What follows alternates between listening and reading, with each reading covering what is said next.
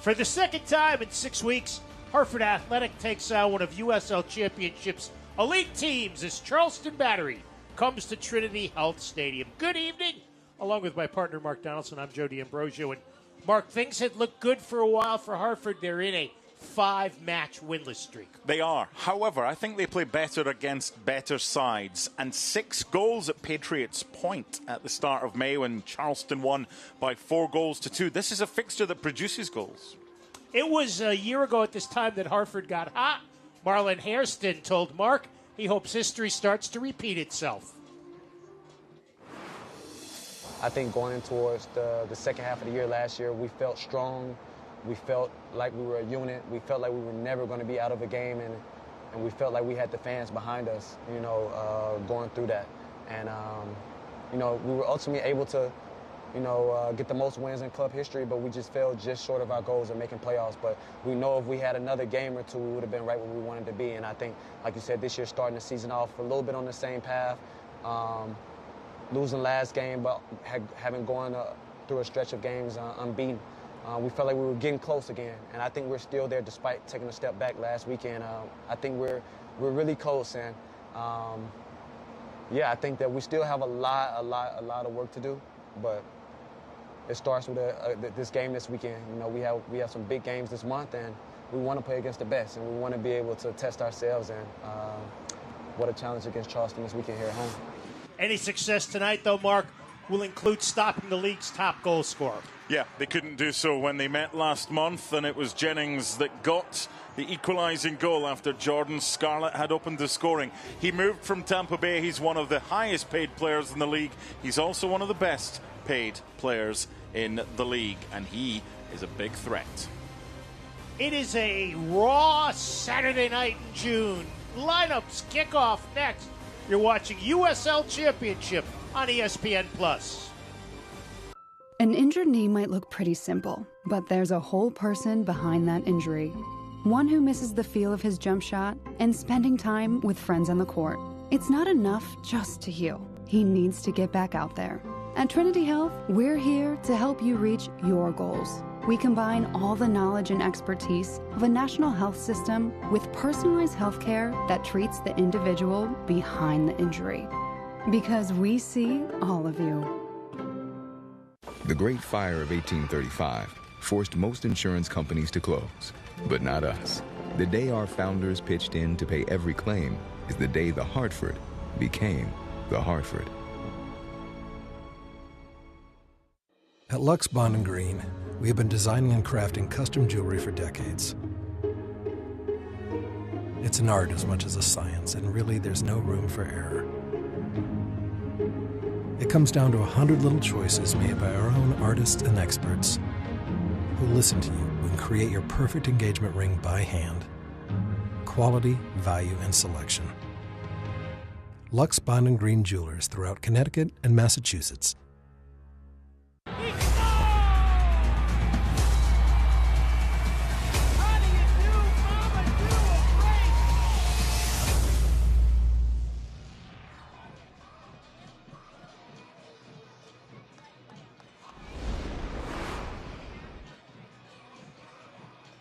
Hartford Athletic would like to thank the Mandel JCC of Greater Hartford, the official fitness partner of Hartford Athletic. Visit mandeljcc.org to learn more. Last Fly is the leader in airport parking at Bradley International. Save 20% by pre-booking on lastfly.com. Last Fly, a proud supporter of Hartford Athletic. A mere 60 degrees tonight, a little breezy. Mark likes it. I could go about 30 degrees warmer. Our lineups for this evening are brought to you by the good folks at Liberty Bank. Let's do Hartford first. 3 changes after last week's late loss against North Carolina. Michi Ngalina comes back. Goals in the last 2 against Charleston. Deespae probably only going to get 45 minutes, but that's because Joe Farrell is suspended. And Kyle Edwards also into the side today. Outgoing Farrell, Makangila, and Obalola. And as far as Charleston is concerned, it all revolves around the men up front for Battery. Yeah, and they're really good. as well. Cal Jennings signed from Tampa Bay. He'll lead the line with Myers just in behind him, at times alongside him. 2 changes from the side that played last week at Loudon. Incoming Chris Allen and Emilio Icaza, and out of the side going Arturo Rodriguez, as Charleston Battery come here looking to improve upon a form this year which has been excellent. But they did drop 2 points at Loudon, which brought to an end a 7-game winning streak. They're favourites for this one. This should be good. Unbeaten in 8, Hartford winless in 5. Charleston in the white kits, trimmed in black and gold. Hartford in the home green. 3 points on the line. Glad you are with us. And it's play on in Hartford. It'll be interesting to see the fitness of Arturo Dispe. He got in briefly in stoppage time last week. And as Mark said, don't expect to see him for a long time tonight. Maybe 45 minutes. But then again, earlier this year, Samuel Carriaga was only supposed to play 45 minutes, and he won a complete game. Here's a quick chance, and Hartford will get an immediate corner kick, because sometimes you can get to this back line of Charleston.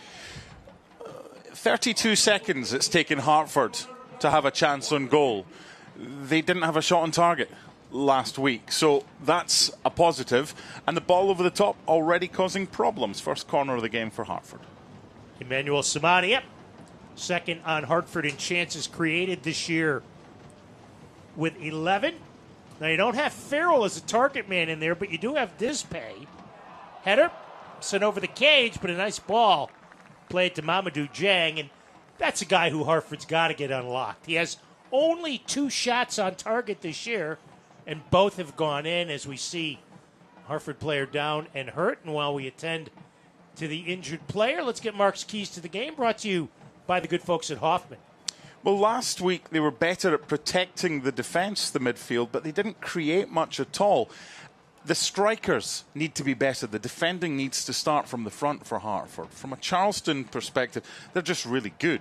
They're playing well. They've got momentum. And by the way, Nathan Dos Santos is the second change. Here's 2 changes, and then here's the 2 that go out, and then only 1 comes in. That's the second change. Hartford on the attack again. It was Kyle Edwards who was a little bit gimpy after that corner kick. Hartford wants to be more aggressive. Brendan Burke talked about how they came out flat last week. Good hustle by Samaria, but he gives it away. I just think Hartford find it easier to up their game when they face better teams. Yep. It's when they have to force and make chances because the opposition are content to come here and allow them the ball. That's when Hartford seem to struggle. But against better sides, you always got a competitive fixture. I got it. Jordan Scarlett has it, as you hear. Right in front of our field camera. Long throw towards Dieng, never gets to him. Newest member of the back four, Michael Edwards, who has gone the distance in all 4 games that he's played. What Hartford have done tonight, they've got the back 3 again with Dispe coming in for the suspended Joe Farrell, Scarlett staying on the left-hand side and TJ Prestis on the right, but they're playing more narrow in front. It's like a 3-3-1-3. So Carriaga will go left when he needs to. He'll go right when he needs to as well. And up front, it'll be Momo Dieng through the middle, Michi on one side, Kyle Edwards on the other. But watch out for Emmanuel Samaria and Sebastian Anderson playing more narrow today. As Hartford try and squeeze the game and allow Charleston more of the width. Brendan Burke hoping that will allow Hartford to get more possession just by playing a little bit narrower tonight. It's been a good start from the home side. Yeah, Anderson fouled. So Hartford will have a restart near the east sideline. As that was Emilio Icaza getting his 5th start of the year in place of Arturo Rodriguez. Yeah, Icaza and Allen in for Dos Santos and Rodriguez. Opportunity here. So, yes, they've lost Joe Farrell, but Dispe is a tall target. Just the start of things here at Trinity Health Stadium. Another good crowd on hand. Sent towards the box. Sails out. Now, Luis Zamudio in goal tonight. He's played all but one game. That game was against Hartford. Yeah. Where Christian Garner gave up 2 goals with 1 save. One of those goals, a penalty kick. Funny how you get a fixture that, weirdly, and you don't know why, just produces goals. 20 scored in the last 3 meetings here, 30 scored in the last 6 meetings all told, including a crazy game here in September 22 when Hartford won by 6-3. As we were talking in the pre-production meeting, Andre Lewis with the only hat trick in Hartford history in that night. Here's Scarlett on the volley, looking to go over the top. Controlled in the midfield by the wonderful Aaron Malloy. As good a midfielder as there is in USL Championship. He's like the conductor of the orchestra, isn't he? Torres going back to help. He is tied for the league lead in helpers with 5. Whoa. Dangerous ball. And Zamudio. They settle for a throw-in. Hartford looking to restart quickly instead of waiting for Sebastian Anderson. Nice move on the far side, but taking off his boot. Here's a counter. Nice step up by TJ Prestis. The Yaley has played well. Gave up the one tough goal last week when the North Carolina player got inside of him. But other than that, he has played extremely well in his first professional season.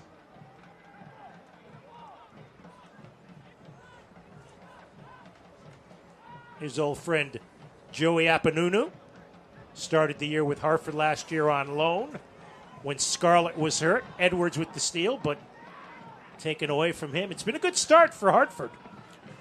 This could be the first time that Charleston are inside the Hartford half. Landry trying to find Myers in a race with Dispay. Myers comes up with it. Puts it in. First chance, first goal. They're clinical. That's what they do. And Dispay looked like he'd won the battle and then wasn't strong enough, having been strong enough initially. Prestis then tries to get on the end of it as well and put a tackle in, but they're so good in the final third. They score goals. That's what they do. And if it's not Cal Jennings, it's MD Myers, and that's why Charleston lead. 7th goal of the year for Matthew Dillon. Myers, and it's 1-0 to visitors. Trinity Health of New England, proud to be the official medical provider and title partner of Hartford Athletic. Always committed to providing the best healthcare experience every day for every patient. Trinity Health of New England, we see all of you. So Charleston scores first for the 8th time in 11 games this season. Dispay won't want to see that again. He's actually done well initially, but then he's been out-muscled, having used his strength to get in front of the player first of all. It's a poor goal to lose. Good teams don't need many opportunities. They're clinical, but defensively, you've got to be better. And look, TJ Prestis was playing last year for Yale. He's had a really good start to his Hartford career. Unfortunately, he lost his man for the winning goal in stoppage time last time. And after the ball comes back into his area, he wasn't close enough to MD Myers. And that's why Charleston have the lead. And that's so typical Hartford, isn't it? In that they looked decent up to a point, but then they can't keep it tight at the other end. It's the 4th goal Hartford has given up in the first 15 minutes of a match. And once again, the visitors from the Low Country putting on the press. Hartford started this game so well as well. And we spoke about that probably being the first time that Charleston were inside the Hartford half, but they've made it count. Samadia can't control. It'll be a throw-in for Charleston. The Hartford is back again, excited to help the team win from kickoff to extra time. They're proud to show their support for our amazing community as a founding partner of Hartford Athletic. Visit thehartford.com to learn more. Now, the one thing you got to hope if you're Brendan Burke and his staff is your team played well for the first 6 minutes. You got to continue that. Yeah, just more of the same. I like how they've pressed. I like where they've pressed as well. Last week was just one of those weeks. One thing worked, two things didn't. One week, everything will work and it'll click. Ball played too far. It'll be a goal kick. The other thing Brendan said was their shot selection was horrible. It was last week. Yeah, there was like an acrobatic attempt from outside the box. It's about decision making. It's about having options. And Charleston's opening goal was about having options as well. The run made, then the cut back, and then the good footwork as well. You always fancy a fast forward to beat a centre-back with a trickery of the footwork. And MD Myers using bodies as shields to put the ball into the back of the net. There's the referee, Matthew Corrigan, his 6th USL Championship match of the year. He's handed out 10 yellows and a red. The assistant referees, Jeremy Smith, Eric Burton, Kyle Averill has the unenviable task of being the 4th official. And we say that just because he's in proximity of both coaches. And if things don't go well, he's the one they reach out to. Anderson plays it out on the far side, knocks it away from Ikaza. Go ahead, Mark, sorry. No worries. With the positioning that Hartford are taking up, and look, Sebastian Anderson and Emmanuel Samadi will go wider when they're defending. But in transition, there will be space in wide areas for Charleston to try and exploit. And that's where the opening goal came from, down the left-hand side. Again, Deespay didn't cover himself in glory at the end, having done well at the beginning. Edwards plays it through for Engelina. Can't control Blackstock. Dribbles it out of trouble. Samadi in support. Jang in the box. Edwards has it taken away. Nice play by Aaron Malloy. Good tempo to the game. Certainly much better than a week ago. Now Torres. Good ball. Plays it through. Here's a shot. It's loose and it goes wide. It's a good save. It's a really good save by Anthony Siaha. But look how easy this is for the ball in behind. Played to MD Myers. Good touch by Anthony Siaha. But that shows how clinical Charleston can be when it comes to getting the ball forward and creating opportunities. So Charleston will take their time in setting up the corner. As you look at the Tucson native from Cameroon, Anthony Siaha, he's directing traffic with Edwards and Langston Blackstock. It'll be Torres who put a corner up against Hartford down there, and it was an own goal. That time looking for Cal Jennings, and he heads it into the suites in the south end zone. If you're going to concede the opening goal, you do so early, because Hartford this season, when they've conceded the opening goal in the USL Championship, haven't won a game. They've only drawn 2 and they've lost 5. The good thing is, well, 2 good things. One, the time that the goal was conceded allows them plenty time to try and get back into it. But 2, they've played well. They just have to be tighter at the back. But last week they had the double pivot in front, more protection. This week there will be chances having to be taken. They've got to be brave in possession this time, Hartford. Pass eluded Hairston, but went right to Kyle Edwards, who scored a goal on international duty. Started well, Kyle Edwards. Yep. Love his movement. He's been the best Hartford forward this year. Samudio off the line to intercept the ball before Cariaga can get it. Hartford's got to get more from Samu Cariaga this week than they got last week. Brendan Burke says he needs to go box to box. He's got to be a factor on both ends of the pitch. Torres wide open. I love their movement, Charleston. They're really well coached side by Ben Pierman. Allen sends it to Landry.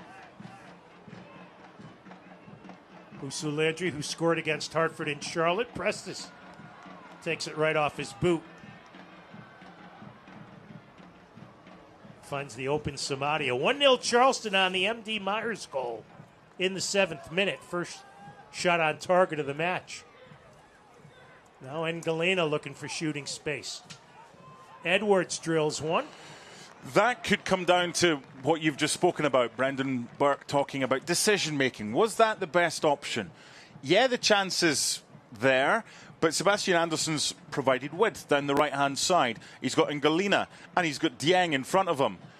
Is that the best use from 30, 35 yards of an opportunity for Hartford? Decision-making is key, especially now that they're a goal down. Randy's Worcester Street Pizza, the official pizza of Hartford Athletic. Stop by the stadium or visit their other Connecticut locations to enjoy some of the best pizza Connecticut has to offer. This Charleston team 8-2-0, 3-1-0 on the road. There's the former Athletic midfielder, Joey Appanonu. Was loaned out to Huntsville City FC last year. Ben Pierman's telling me yesterday that, or Thursday, he's fit right in. Describes him as the best passer on the back line. Now Blackstock, first year with Charleston after 2 years in Pittsburgh. You can just see, Mark, they're like sharks when the ball's in the offensive third for Charleston. I don't know what Deespe is trying there. It's a pass that wasn't on, and Charleston getting it back. Myers sends it across to Landry. Torres gives it back to Landry. That was his only goal of the year, and then taken away, and Landry retreats. And Galena up the left channel with room. Shoots it. Bounces off Zamudio's chest, but he gathers before Jang can get to him. Don't mind that. Don't mind that. As long as you get someone ready to hoover up the second ball, and Jang was pretty close. That all starts because of Kyle Edwards dropping deep and getting involved. That'll please Brendan Burke. He's had a really good start to the game, Kyle Edwards. Edwards leads Hartford with 3 goals on the season. We've talked about Kyle Jennings. He's got 11 goals. That's as many or more than 6 teams in the league. But when you can afford to pay for a player like him, he was at Tampa Bay and they had the opportunity to try and keep him, but there was more money available elsewhere, so off he went. Don't blame him. He's a goal scorer. He's a super player. But I'm just watching the kind of 3 of them in attack, whether it's Cal Jennings, Emilio Icaza, and MD Myers. Hartford have got an issue here. It's this area of the park here when Cal Jennings drops short. They're struggling to pick them up. Blackstock wide open this side. Torres sends it towards Myers in the box. Headed away by Anderson. It'll be a throw-in. 1-0. MD Myers in the 7th minute on the first shot on target of the night. Really, the first foray into Hartford territory for Battery. That's all they need a lot of the time. And Galena. Now Edwards feeds it a hip on the right. Here's Jang. 1v1 with Appanonu. Sends it to Edwards. Plays it left. Samaria with space. The service deflected. Headed down. Joust for the ball. Marlon Hairston, who will be Mark's halftime guest, comes up with it. Now Anderson against Icaza bangs it off from second corner for Athletic here in the 19th minute. This is night and day from the way Hartford played last week. They've taken the game to Charleston. They just have to be better in the final third, because you know that Charleston don't need many opportunities to put the ball in the back of the net. And this could be the key. I was watching some of training on Thursday. They were working hard on their set plays. They had a lot of decent deliveries. And Ben Pierman says Charleston has struggled on restarts. Here's Sebastian Anderson to trigger from the northeast corner to the left of Zamudio. Plays it short. Now Carriaga serves it in. Header over the goal by Hairston, or rather by Dispe. But again, Hartford creating, Mark. They've already got 4 shots. They only had 6 all last week against North Carolina. Yeah, but it's quality. Right. of the final ball. I mean, that's a difficult header from Dispe. He's having to go towards it and kind of arch his neck. They were working on those short corners. They were also working on the second ball from deliveries deep and then heading it back across goal for someone to get on the end of.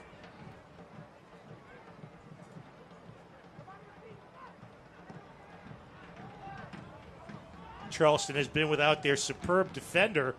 Last year's USL Defender of the Year, Graham Smith, missing his 8th straight game. Ben Piermans says he's a couple of weeks shy of being back in form. Ball played for Jang in the box from a difficult angle. Ball sails over the sideline. It'll be a throw-in for Charleston. Hartford have been very good in the opening 20 minutes. I think their movement off the ball's been good. We've spoken a lot about options, whether or not that ball went out. Well, the person on the far side, Eric Burton, with the flag, said it wasn't. I think their movement has been very good in the early stages here. That's a handball, so they'll have another opportunity from a free kick. Boy, this has been a clean first 21 minutes. It's been good, but this is what can happen. There's a lot of teams that come here and spoil the game because they know that's the best way to get at Hartford. This is well, what you do, we'll try and do better. Right now, Charleston have done it better because they lead by 1-0. They'd be more clinical. Anderson and Carriaga lined up over the ball for the restart. Brick wall at the 18. Anderson chips it in, punched away. And we've got a foul. We've got a couple of players down for battery. Hartford Athletic would like to thank Nuovo Pasta for supporting our Goals for Meals program. For every Hartford Athletic goal scored this year, Nuovo Pasta will donate meals to the help fight against food insecurity in our community. Boy, bodies falling like bowling pits there.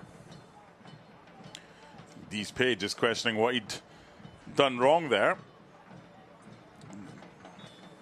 Yeah, it looked like friendly fire from Zamudio there.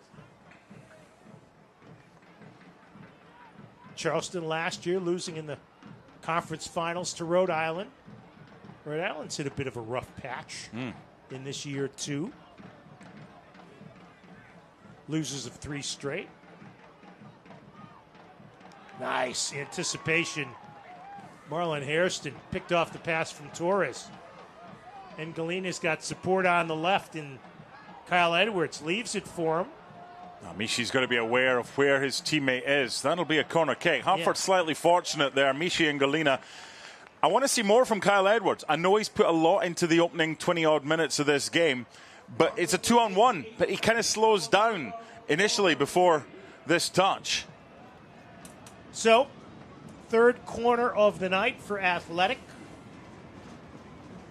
This coming from the left boot of Emmanuel Samaria. Keep an eye on Prestis round the back here if this gets a wee flick.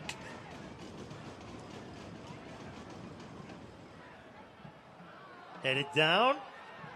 No shot. Blocked away. Taken off the back line. Anderson will resettle in the middle of the pitch. Looking deep. And that'll be another corner for Hartford. Well, the goal that Charleston conceded last week was very scrappy when Moses Nyman scored for Loudon. They do look a little bit nervy at times from delivery. It's all about getting that first touch. If you're going near post, get that flick on, because that's the one that causes them issues. Loudon will be here next Friday night. So Samaria will try it again. Hartford keeps it in.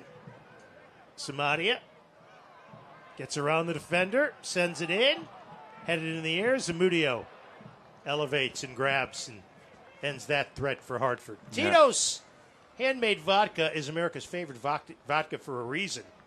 Distilled 6 times till it's just right. Tito's is known for great vodka, giving back, and doing good for dogs. Distilled and bottled by 5th Generation Incorporated, Austin, Texas. 40% alcohol by volume. Savor responsibly. Sore one for TJ Prestis. He's made a strong stuff, though. Maybe could have taken another touch there. Emmanuel Samaria taking himself to the byline. Don't mind either way. Speaking of friendly fire, Prestis on the end of that. It's a good clutch from Zamudio. Shots are 6-3 in favor of Hartford. Shots on target are 2-1 in favor of the visitors. I think Charleston's kind of the benchmark for other teams, just by way of consistency. Second in the Eastern Conference last year, Eastern champions in 2023. A lot of it is to do with just adding one or two during the close season and keeping the spine of the team and the majority of the talent that you have, and then being able to add the likes of Cal Jennings to strengthen an already strong squad. Filling the role of Nick Marcanic. Yeah, he's now in the Segunda in Spain. Samaria over the top of Torres, and Matthew Corrigan blows the whistle in front of the Hartford bench. Samaria looking like any one of a number of NBA players with his hands outstretched, saying, "What did I do?" Yeah, saying you've won the ball when you've fouled the man first is not an excuse that's going to be tolerated. Juan Torres from Colombia, second year with Charleston. Last year, 7 goals, 6 assists. Had a goal against Hartford to make it 2-0 in the May meeting in Charleston. Good. Hairston plays it ahead, and Galena will get there first. Michi sends it in front. Oh! Jang couldn't get enough on it, and Zamudio takes it away. That's golden opportunity. Everything is good until right at the end from Michi. He's done well to get him behind. He's just played it too far behind Momo Dieng, and Zamudio is able to save it. But again, Hartford creating so much better than they did last week. Well, Mark, you talked about this at the start of the broadcast. Hartford, especially here, seems to play better against the better competition. Yeah. We've seen that in our 3 years, talking to the Minister of Information, John Ponzani. That's been the case. It's very difficult for any side, unless you're some of the best teams in the world, to go and have all the ball and break down teams that have no intention of being broken down. When you've got a side like Charleston who have a lot of ability, they're going to come here. They're going to think they can score every time they get into the Hartford penalty area. But they're going to leave gaps at the back. But they think, well, that doesn't matter because we'll score more than they do. And that's right so far. They're looking an awful lot in Michi's direction. Double teamed here. Taken down, a foul called. So it'll be a restart from Hartford just inside the west touchline. I think he's one of the better referees in the league, Matthew Corrigan. He's been good so far. No issues whatsoever. Foul there's a line there about don't go there. The Don't go there. I loved how you said a pre-production meeting earlier. That was basically you drinking a coffee and me finishing off a Chick-fil-A while we were talking about previous games between the two. So pre-production meeting sounds very grand. Yes, we were in the green room before. No, we weren't. Sitting there horsing a chicken sandwich. 1-0 Charleston on the MD Myers goal in the 7th minute. Once again, Cariaga and Anderson both in position for the restart. Looks like they've chosen Husu Landry to try and mark Arturo Dispe. It's a bit of a mismatch. Landry goes 6'3", Dispe goes 6'4", but Arturo looks a little bit bigger. He does. It's Anderson to serve it. Cleared away. It's the same stats that say fighting weight of 185. Yeah, you were 185 when you were like 14 years old. It's never been updated. Hartford Athletic would like to thank Lux Bond and Green Jewelers since 1898, celebrating life's special moments. Happy Father's Day to all you dads tomorrow, including my broadcast partner and our producer, Sir Thomas of Stanwix. We've played just over 28 minutes. How many times have either of us mentioned the name Samuel Cariaga? Not enough if you're Hartford. Correct. There's been a lot of good performances, but the game has kind of bypassed him as far as involvement is concerned. If they can get him more involved, knowing the ability that he's got, that could be important. Getting his 7th start tonight. Was hurt earlier in the year and missed a couple of matches. Siaha waits for the ball to come here and gets a foot into it. Good header. Well, Hartford doing everything right, but in the final third. So that's a good example. I want to go back to because the throw-in's been taken quickly. Now Edwards. Nice Offside. ball. Offside. Hartford offsides. Okay, so let's revisit that. When you play this 3-3-1-3, which it can be flexible as well. It can be a 3-4-3 or a 3-4-2-1. If you're playing your two kind of fullbacks narrow when you've got the ball, there is an element of a lack of width. But your option there is exactly what Hartford did. Maybe go a little bit longer. Now, if you're going longer, you need someone to get on the end of either the first ball, or you need someone playing close by to get the second ball and put pressure on the defence. It's working so far for Hartford. But they do find themselves a goal down. Myers taken down, and Marlon Hairston not happy with the call of referee Matthew Corrigan, so it'll be a restart from about 30 yards out. Aaron Malloy, 3 straight years USL first team. Leaves the ball for Juan David Torres.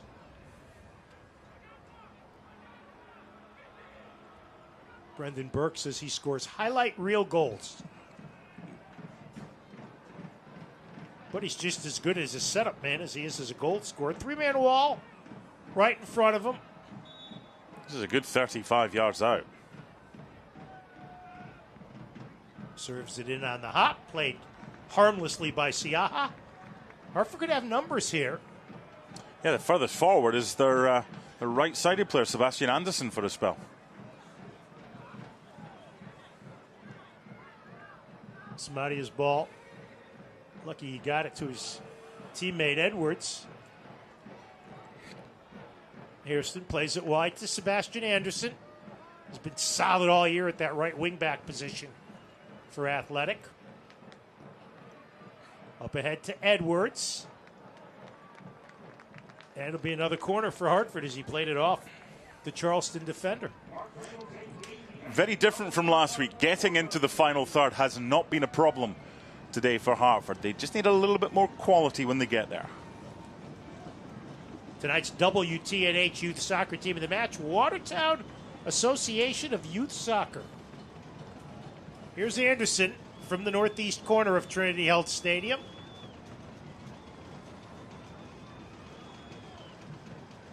Never gets to the near post and cleared away.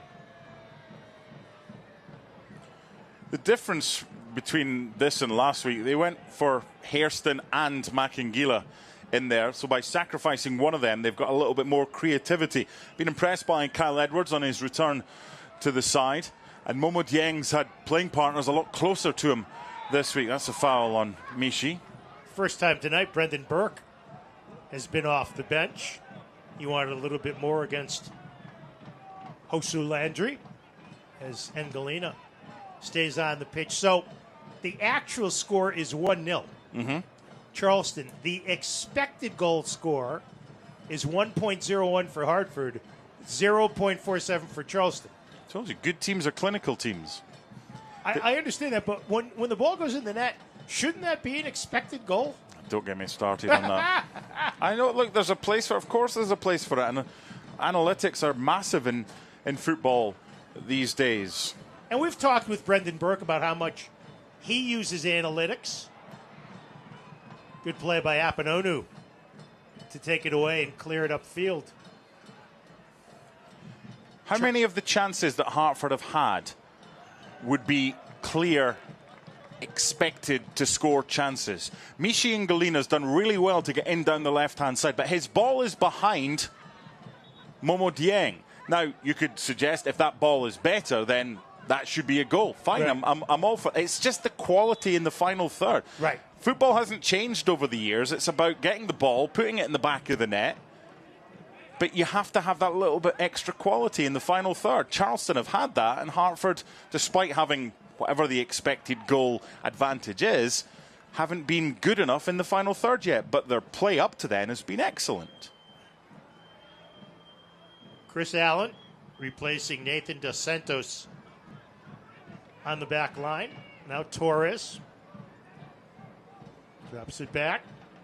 Michael Edwards Strong, aggressive, physical. Played in the MLS for Colorado Rapids the last 3 years. In the direction of Jang, but Edwards just too strong for Momo there. Good. Hartford regains possession. Midfield has been very active. Well, it's been condensed, and they've done well. Anderson dribbles away from coverage. Now Dispay in the middle of the pitch. Scarlett looking for Samaria. It's good defending. Yep. Charleston leads the league in goals, 9th in goals against. Hartford tied for 22nd in goals for and 16th in goals against. For me, Charleston are the benchmark. And I know Louisville are ahead in the Eastern Conference, but they've also played a game more. And if Charleston win their game in hand, they'd be level. They don't have any weaknesses, I don't think, middle to front. I think defensively, yeah, Ben Pierman has admitted that. But they know if they concede 2, they're pretty confident they can score 3. That's not a bad habit to have. Tonight's match presented by Hoffman Auto Group. Experience Connecticut's most trusted dealer group, serving the Hartford, Windsor, New Britain, New Haven, and Bridgeport areas. Visit hoffmanauto.com to learn more. It's been a good game to watch as well. It's been very entertaining. Mm-hmm. Last week was a tough watch. Last week was not very entertaining. Carriaga eaten up by the turf monster. Samadia triple team, loses. Ventures into the Hartford defensive third have been few and far between for Battery so far. Ben Pierman's directing the troops. Yeah, just want a bit more from Emilio Icaza, pointing out that he's calling it a double stack. It's basically double teaming or 2 or 3 extra bodies in an area. And wants a little bit more from Icaza, who's now coming back over to speak to his coach just to get a little bit more information. Icaza replacing Arturo Rodriguez in the starting lineup. Rodriguez is available for selection. This has been one of Charleston's tougher opponents that they faced, the way that Hartford have been in the opening 36.5 minutes. Anderson will try to throw it into the box and hope one of the big fellows like Dispay or Jang can get a head on it. This one is looped short. Never gets to Dispay. It's a foul. Brendan Burke saw his man go down and wondered if it was a foul on Jordan Scarlett, but just the 4th foul. Yeah, it's been a clean game. Yeah, well handled by the official. Mark, when it comes to your health, you deserve the best. I tell you that all the time. Oh, thank you. At St. Francis Hospital, they are proud to provide nationally recognized health care with a patient-centered approach, from cutting-edge treatments to personalized care plans. They put you first. Recognized for excellence, committed to compassionate care. At St. Francis Hospital, they see all of you. Visit trinityhealthofne.org to learn more. He's Mark Donaldson. I'm Joe D'Ambrosio. We're glad you're with us on this Saturday night. Another foul as Icaza goes down, gesturing out towards Matthew Corrigan. Look, Charleston haven't been anywhere near their best tonight, but that's a sign of a good side. Look at the score. There's a graphic in the top left-hand corner of your screen, which after this replay will show that Charleston has the lead by 1-0. That is a good habit to have. It's when you play well, and this has been a story for Hartford a lot over the last couple of seasons. They've come away from games thinking, how did we not win that, or how did we not take anything from that game? Landry, nice move to get away from Icaza. Dispay will get there first and send it back to Siaha. It's actually really good as well from TJ Prestis there, just making sure MD Myers had no space to run into. All-time series between these teams. Charleston 9 wins, Hartford 3. One game ending in a draw. Last 5, Charleston with 4 wins. And one game was a tie. There have been some memorable games, especially here at Trinity Health. Yeah, one that Charleston won't forget in a hurry when Hartford were 3-1 up in June 2023, nearly exactly 2 years ago. And AJ Patterson scored right at the death to go from 3-1 down to win by 4-3. Hartford played a man down in that one. Antonio Opino was shown the red card. And Hartford took the 3-1 lead on a Kyle Edwards goal after that, but Charleston roared back. It was another one of those games, speaking about how on earth did they not take something from that. There's many reasons. It's mentality. It's various things. You've got to be able to close a little bit better than that game, for an example. Saha to throw in adjacent to his own bench.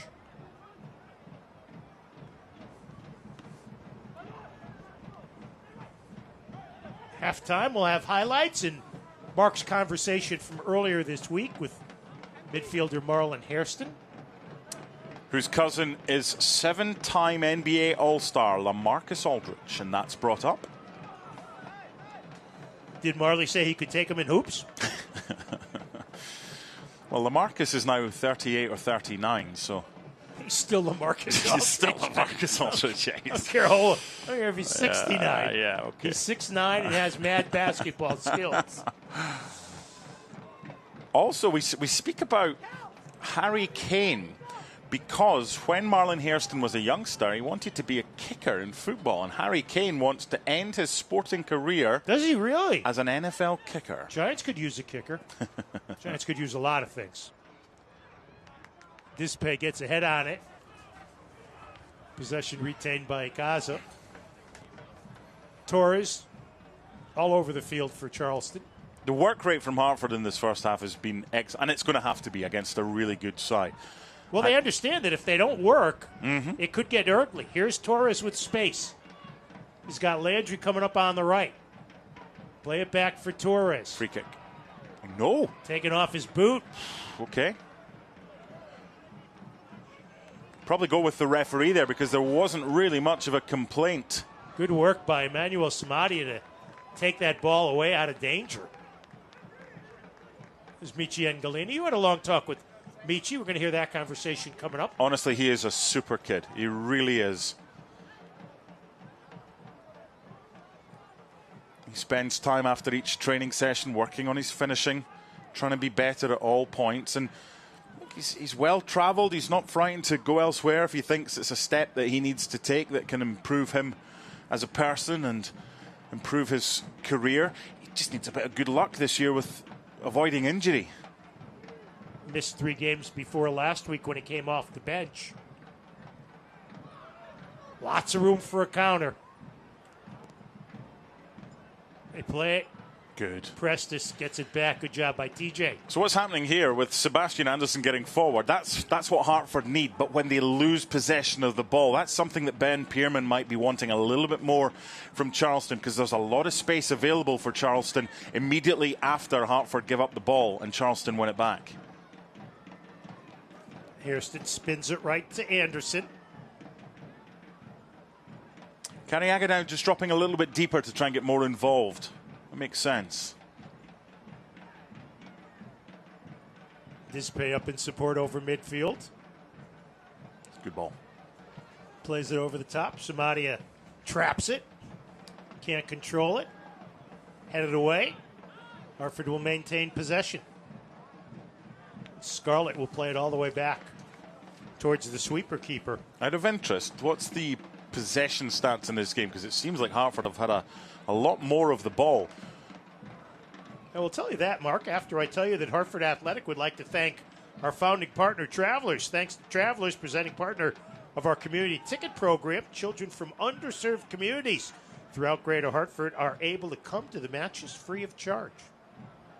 I would think we're not going to have I was just going to say, I don't think we're going to have much stoppage time. We're going to have a minute of Brignall Vineyard flown by. time. Last week was, it felt like it was a long evening. This has been rapid.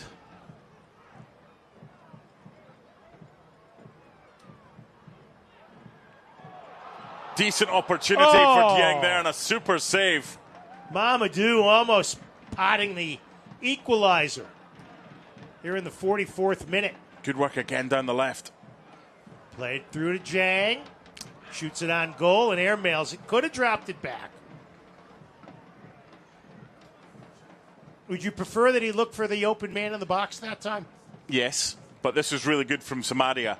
He's got away from his man, Emilio Icaza. The delivery's decent.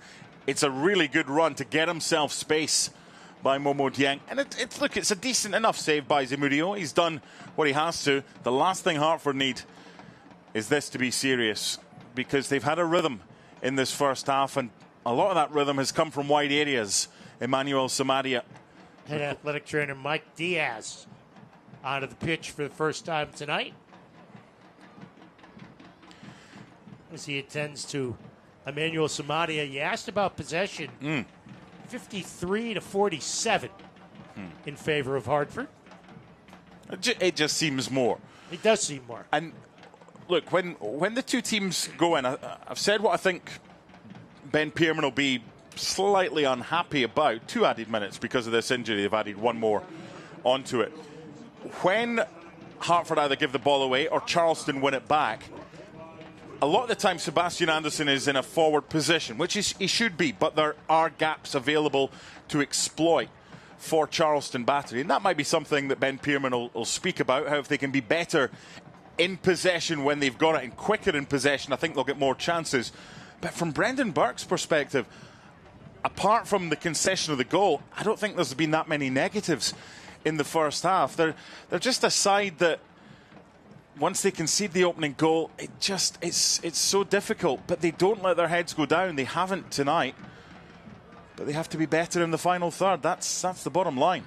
Jang called for the push on the far side against Langston Blackstock.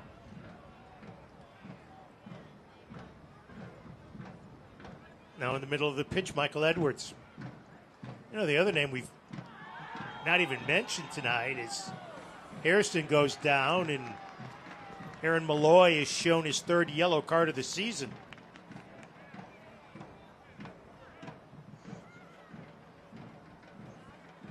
As you look at Malloy out of Dublin in his 2nd year with Charleston after 2 years with Ben Pearman in Memphis.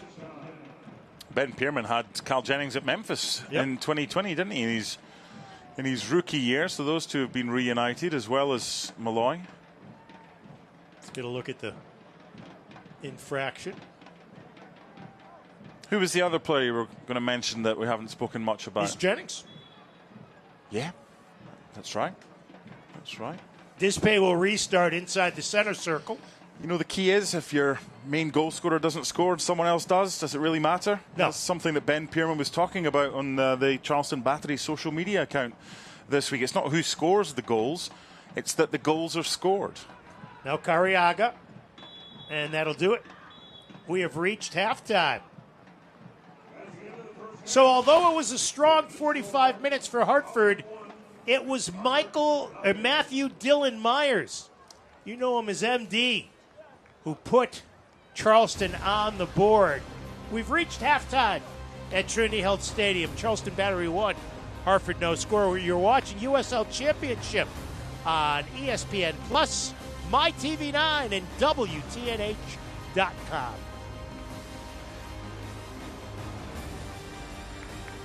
If anyone thinks cancer is going to define you, they've got another thing coming. We know you are more than someone healing their heart. At Trinity Health, we know the importance of seeing the person behind the patient, the fear, the joy, the journey. Bringing you the expert medical teams and state-of-the-art technological advancements of a national health system, along with the personalized care that helps you feel better. Because we see all of you. The Great Fire of 1835 forced most insurance companies to close, but not us. The day our founders pitched in to pay every claim is the day the Hartford became the Hartford.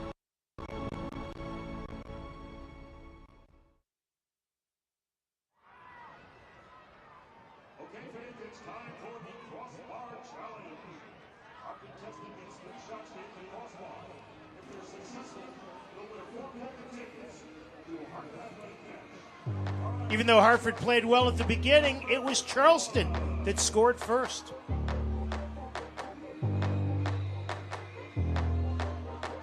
M.D. Myers. This is a good opportunity for Hartford in behind.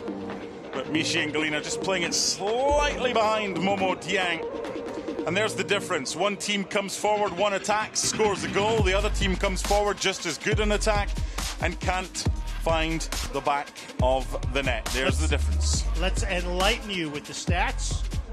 Hartford 8 shots, 4 on target. Last week in full time, 6 shots, none on target. News and notes and Mark and Marley coming up next at the half here on ESPN+.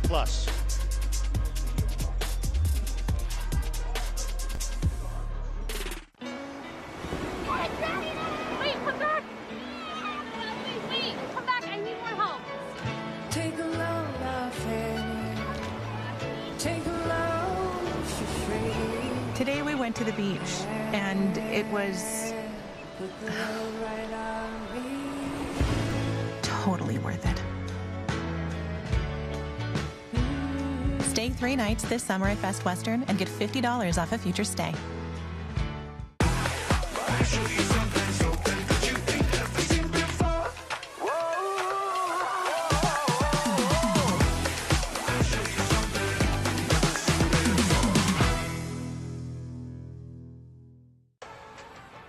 How does Crystal Geyser Alpine Spring Water keep you in the game? We always source our water directly from the natural spring to fuel every body, no matter how you like to move it. So whether you're chasing your goals or just staying active this summer, make sure to stay hydrated with Crystal Geyser Alpine Spring Water. Always bottled at the natural spring source. Pain doesn't care who you are or why you hurt, but pain can be mastered if you know the way. Focus! Fight back with Tiger Balm's legendary herbal power. Whatever it takes. Trusted for over 100 years. Tiger Balm's proven herbal blend tames pain with the strength and speed of the tiger so that you can rise above pain. Let's make a Karate Kid. And get back to living. This is the way of the tiger.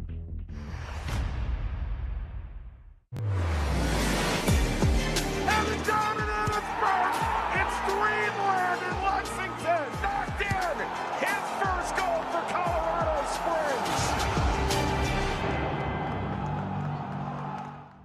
An injured knee might look pretty simple, but there's a whole person behind that injury. One who misses the feel of his jump shot and spending time with friends on the court. It's not enough just to heal. He needs to get back out there. At Trinity Health, we're here to help you reach your goals. We combine all the knowledge and expertise of a national health system with personalized health care that treats the individual behind the injury. Because we see all of you. Checking out USL news and notes, Las Vegas has parted company with its head coach. Money being spent in Tampa Bay to improve the product, and Sacramento is going to get a new home for the Republic. Marlon Hairston's in his second year with Athletic. He sat down with our Mark Donaldson earlier this week. If I was to give you a blank bit of paper and you were the first name on the team sheet, what position are you putting yourself in? Midfield. Where about? Probably in the 8 role. So where you're playing right now, does that give you the freedom, obviously whether it's alongside Beverly or in front of him, to get forward in the attack? Is that the ideal position for you? Yeah, for sure. Bev compliments me a lot because he's more of a 6, strong tackle, very good on the ball, and I like to try to join the attack a little bit more. So being in a position where we play together, it suits my game.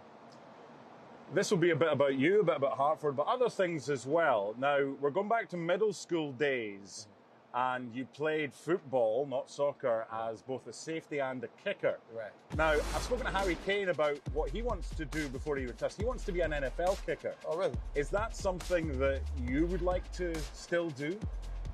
Nah, those days are long gone, man. I honestly forgot about it until you reminded me, but it was fun.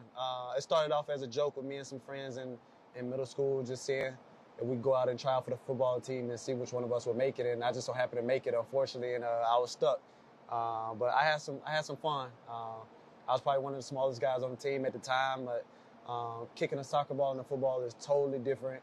And obviously playing safety is a position I would never want to play. So, but it was a good experience, though.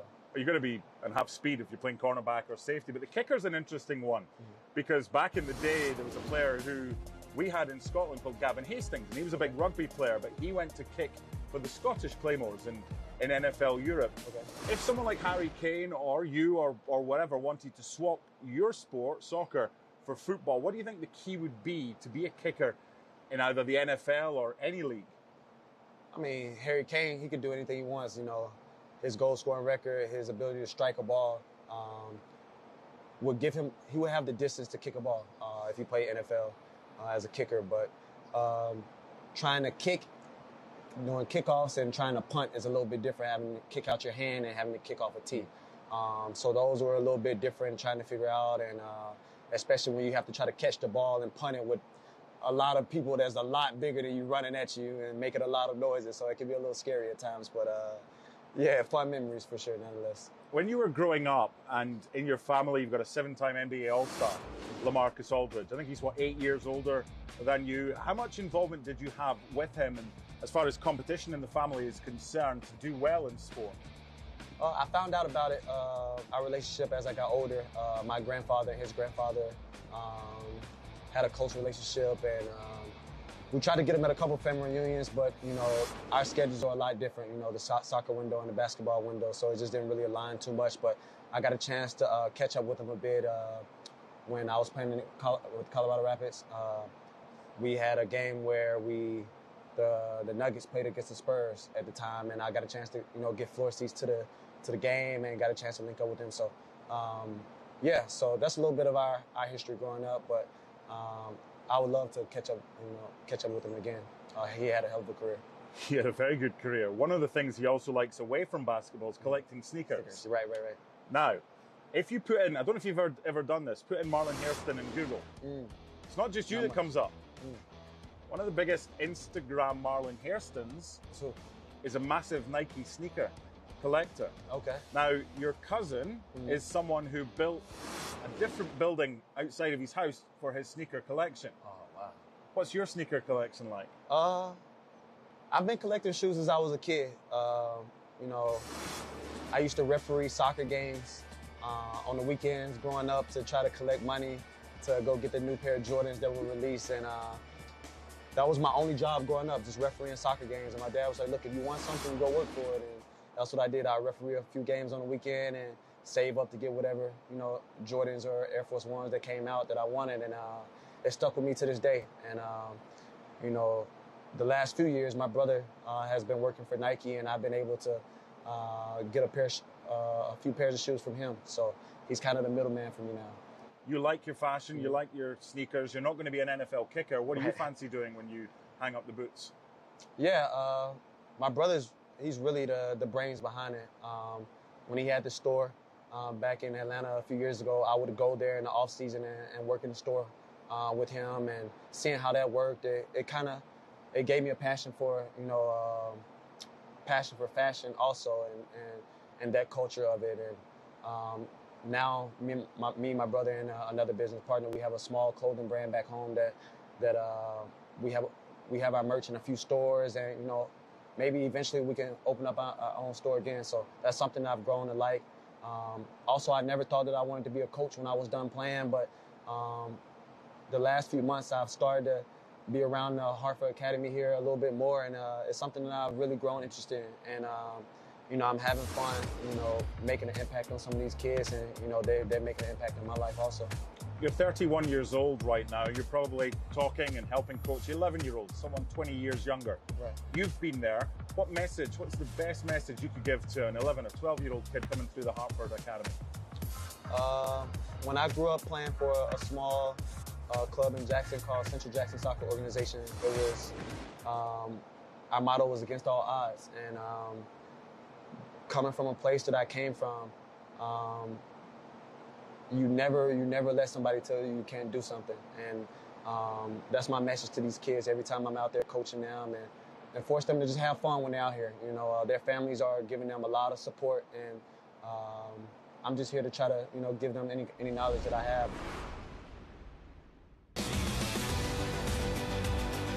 This week on USL All Access, the greatest striker to ever play in the USL Championship, Cameron Lancaster, joins us, and we will break down their midweek matchup against Rhode Island FC. Is the Player Shield even a race anymore? We're going to give you a look at who our front runners are and who's got a possible outside chance of chasing down those three horses. And an ode to our owners, our general managers, and our presidents. Pay attention. The future is now. If anyone thinks cancer is going to define you, they've got another thing coming. We know you are more than someone healing their heart. At Trinity Health, we know the importance of seeing the person behind the patient, the fear, the joy, the journey. Bringing you the expert medical teams and state-of-the-art technological advancements of a national health system, along with the personalized care that helps you feel better. Because we see all of you.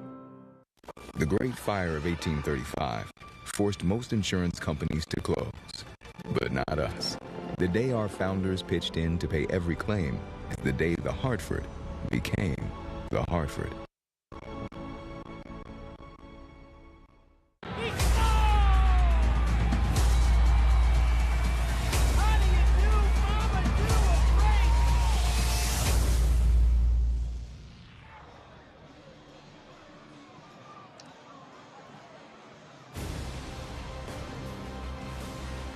One 0 in favor of Charleston as we get set for the second 45. Our match tonight brought to you in part by the good folks at LDI Connect.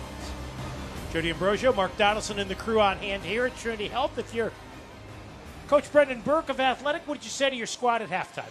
Well, he's made a change. We knew that Dispay was only going to get 45 minutes. And when that was mentioned to us when we spoke to Brendan in our conversation that we have each time prior to a home game, he said it's dependent on the sub we make because of the score. If we're ahead, we'll make one change. If we're behind, we'll make a more attacking change. Deshane Beckford has come on, so it's likely to be a back four, I would imagine, with Samadia and Anderson providing the width and Scarlett and Prestis providing the central defenders. That doesn't take too much away, I don't think, from an attacking perspective. It might necessitate Anderson and Samadia staying back a little bit more, but now you've got another forward-thinking player in there. So, yeah, interesting. I think it'll be more of the same. Beckford will play wide on the right-hand side. They might push Mishi a little bit closer to Momo Dieng. But if I'm Brendan Burke, I'm saying more of the same. Just be a little bit more clinical in front of goal. That's why Hartford are where they are in the table and Charleston are where they are in second spot, because they're a very good side and they take their chances. They convert more than other teams do. Torres pressing Beckford, causing all sorts of havoc. Anderson dribbles out of danger. Here's Jang. They close on him quickly. And Galena gets run over by Blackstock. It'll be a throw-in for Hartford. Just the start of things. Second half, M.D. Myers in the 7th minute. The first foray into Hartford territory for Charleston in the match produced the only goal. Battery comes in 8-2, 3-1 away from the Low Country.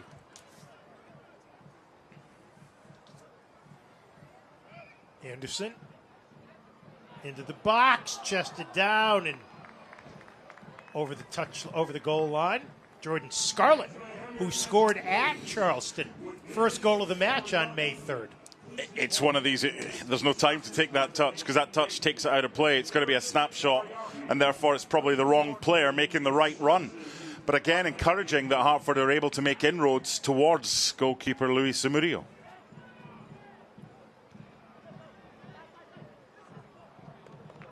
So Dispay was responsible for keeping an eye on Cal Jennings tonight and did a pretty good job.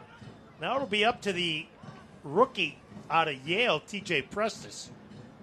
And that's a formidable assignment for anyone, least of all a first-year player. Hartford with the takeaway on the attack. Sent in, far post. Chased down in the near side. And Galeno, 1v1. Nice play defensively by Torres to take it away. The thing about Juan Torres that's impressed me, Mark, when we've seen him is he's not just an offensive player. He's a box-to-box guy. He's a hard worker. His work ethic is excellent. See if Anderson can get a little more air under this one if you're Hartford. He does. Now, without Dispay in the game, that also takes away lots of Hartford's size. It does. On those long throws or set pieces. Torres looking deep, but Siaha, what a pretty quiet first half, had one exceptional save. And really can't be faulted for the MD Myers goal. Thinking back to the Indy 11 game, the 4-4 game, Romario Williams scored late on. It's basically, okay, if we're a goal down, let's just attack and try and score more than them and see what happens. And Galena trying to get to the byline. Oh! Zamudio had to deflect that, and it'll be a corner for Hartford. I wonder how much, if any, Langston Blackstock might have got on that, or if it was just a cross in with no deflection from Michi, but it's resulted in a corner regardless. It'll be Anderson to initiate from the southwest corner of Trinity Health Stadium. It's a chilly night. Well, it's not for you, it's a heat wave. 60 degrees. Wow. That warm Scottish blood. Anderson headed. Right back to Anderson. Short chip. Headed. Right to Zamudio on his line. Shots now 10-4 in favor of Hartford. Shots on target 3 apiece. Luis Zamudio taking his time. Join us for our next home match next Friday at 7:30 p.m. against Loudon. We celebrate Pride Night, presented by M&T Bank, as well as everyone's favorite $2 beer, $1 hot dog night, presented by Modelo. Don't miss out. Get your tickets today at HartfordAthletic.com. Shot is blocked in the box. Landry scores! Similar to his goal in Charleston. Hasu Landry. And in the 50th minute, it's 2-0 Charleston. It's not how much of the ball you've got. It's not the chances you've got and how many you've had. It's what you do when you've got the ball.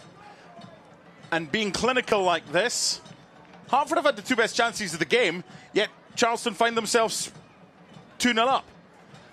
I mean, that's down to the first touch. And there's hardly any backlift there. Siaha's not happy at his defence. That's just a stunning finish. It really is. It's a good block by Jordan Scarlett to deny Cal Jennings.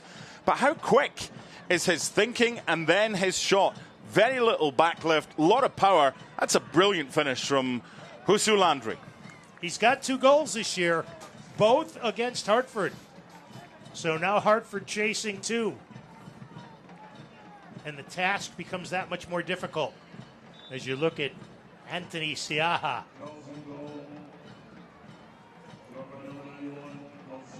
Boy, that was a rocket. Ooh, a little bit afters there. Jang on the turf. Yeah, they were both at it. Aaron Malloy talking to referee Matthew Corrigan. It might have been Emilio Icaza.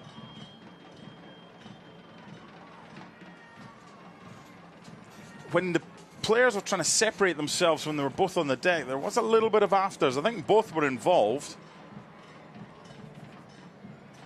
Jang slaps hands with Michael Edwards. It's a pretty good muscle tussle.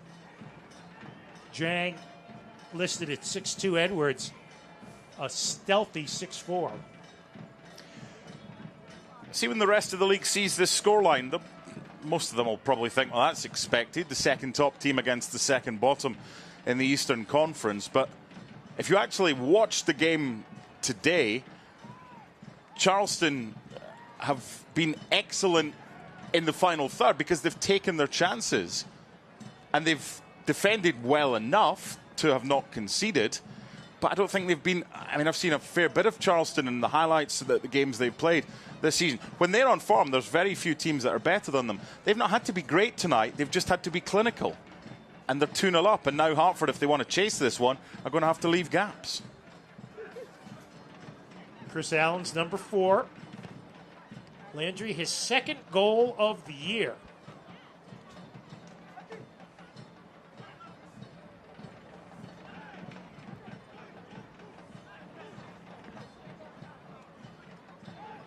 Such a good finish. Nice hustle by Anderson there. Cariaga's got to get more involved. I mean, I know we mentioned that earlier, but chasing 2, you need him to be a factor in the offense. He's your 10. He's your guy that takes it from your 6 or from your 8 and he gives it to Dieng or he gives it to Engalina. The deeper you have to play Cariaga, for me, the more ineffectual he is. That's not his type of game. He's the one that gets the assists, chucks in a goal from time to time, or a couple of goals like he got a few weeks ago. Anderson will retreat for space and clear it out of danger, right to Landry. Here's Emmanuel Samadia. Taken down. Ikaza doesn't like the call. Foul nonetheless. 6th foul on Charleston. Hartford's been called for 7. Only the 1 yellow card to Aaron Malloy, the captain. Yeah, referees handled this one well. We're quick to criticize, slow to praise. The Fix is Connecticut's premier standalone IV vitamin therapy boutique, offering customized intravenous vitamin infusions and intramuscular vitamin injections that maximize health, performance, and recovery, with all services administered by licensed registered nurses. Located in West Hartford Center, visit thefixivtherapy.com to learn more. 2-0 Charleston on the goals by Myers and Landry. Remember the last time when these sides met here and a team had a 2-goal lead, what happened? It was Hartford that had the 2-goal lead and they didn't win. So you've got to grasp at any positives possible of Hartford. Beckford finds Hairston in space. No, back to Scarlett. And he just gives it away. It'll be a goal kick.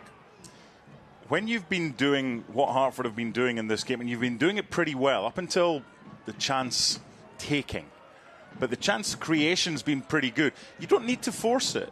If you're Jordan Scarlett there, just play your game. And it's hard though, isn't it? Because they're like a boxer on the ropes, Charleston, who are maybe not at their best, but they'll hit you with that body blow and it'll take all the air out of you.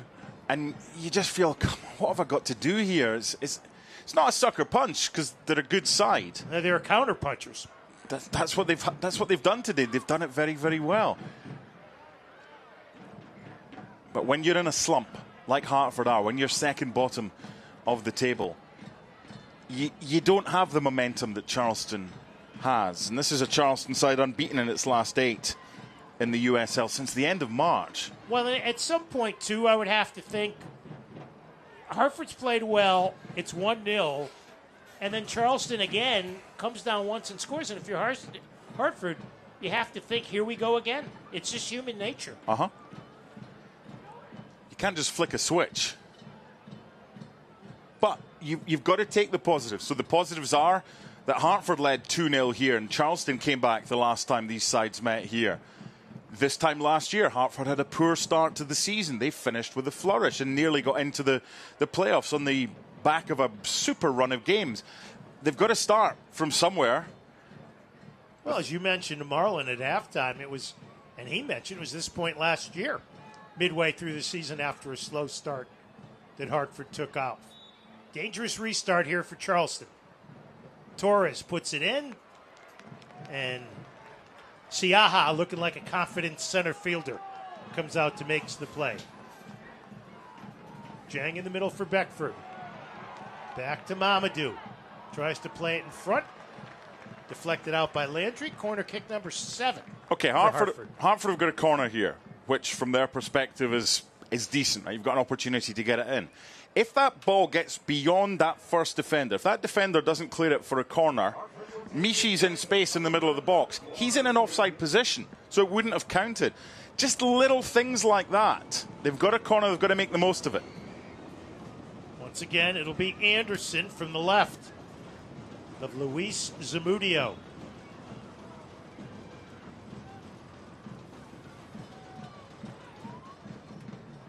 Headed away. Cariaga will settle. Slow pass back to Maria. Up on the left to Engalena. Takes it against Blackstock.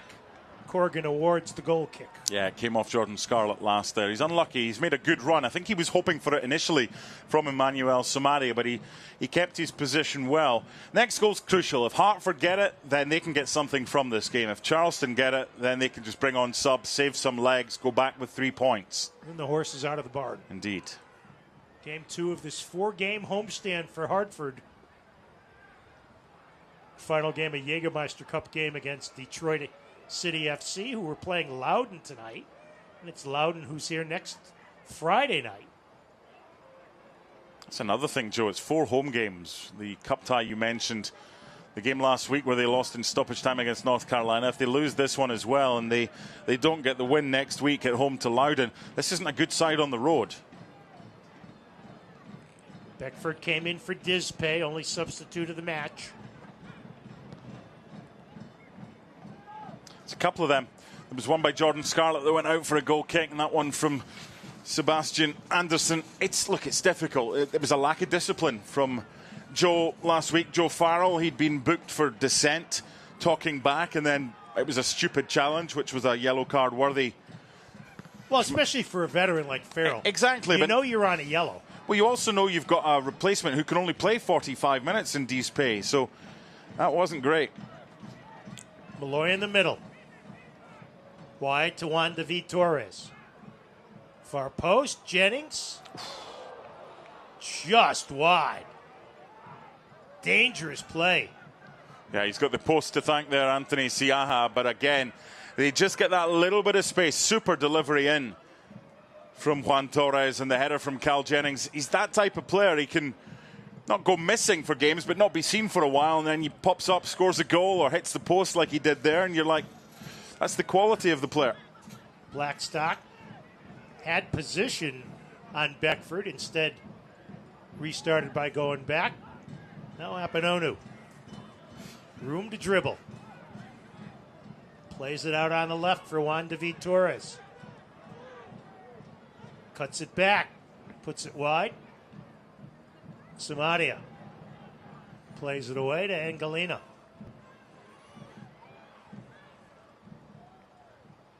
Now Edwards.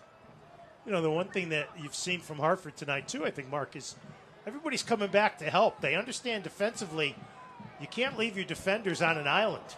One thing I would say about Hartford, and I've seen it at the end of games, everyone has put everything they have got into the games. This is not for the want of trying.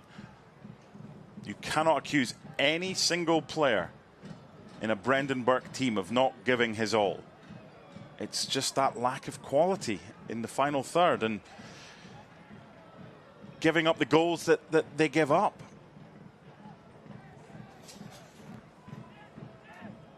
Pass intercepted in the middle. It's a good ball. Played up ahead. And Galena to the box. Cleared away. It'll be a corner for Hartford. Flourish, proud to be the official catering partner of Hartford Athletic. They provide healthy and delicious catering, meal prep, and takeout. Visit them online at flourishhartford.com or stop by their flyby location at 72 New Park Avenue in Hartford. you've got to be better when that ball is played, and you can't have 3-4 touches to get it under control. They're lucky they got a corner. They've got to make the most of this. 8th corner of the match. Really haven't seen any difficult opportunities come out of this. Edwards clears. Deflected. Garriaga drops it back to Anderson. The chip. And Galena can't get ahead on it. Edwards can. Hartford keeps it in the offensive third. Samadia sends it in. Apononu sends it into the sweets. Another corner for Hartford. Is that 9? 9th. 9-1 in corners.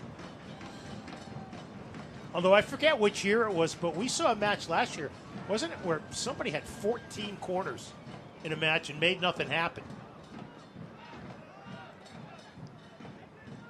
Garriaga back to Anderson. Here's a header, sailed wide. Scarlett, so it'll be a goal kick for Luis Zamudio. He came in with a 1.00 goals against average. 10 goals in 10 games with 24 saves. He stopped 4 shots so far tonight.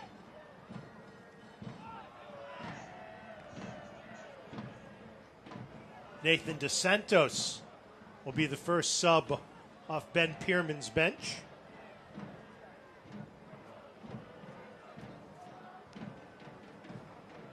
Two 2-0. Battery on top. Myers in the 7th minute. Landry in the 50th. That pass taken away by Hartford. And Galena drops to the middle to help out. Now Edwards. I think Hartford was expecting Edwards to be able to kind of get the offense off at Schneid from last week. And here's corner number 10. I thought for the first half hour, Kyle Edwards was outstanding. His movement was good. He was coming deep. He was linking the play. It's tough to do that for 90, though. But again, another corner. It'll be Anderson. Beckford is short in case they decide to go that way. From the left of Luis Zamudio. Middle of the pitch. Cleared to Anderson. And we've got Prestes down. And it's a head injury. And Matt Diaz summoned off the Hartford bench by referee Matthew Corrigan to attend to TJ Prestes.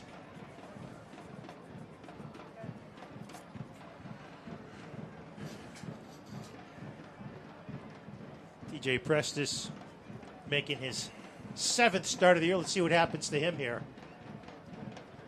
We got hit from behind by his own man in the back of the head.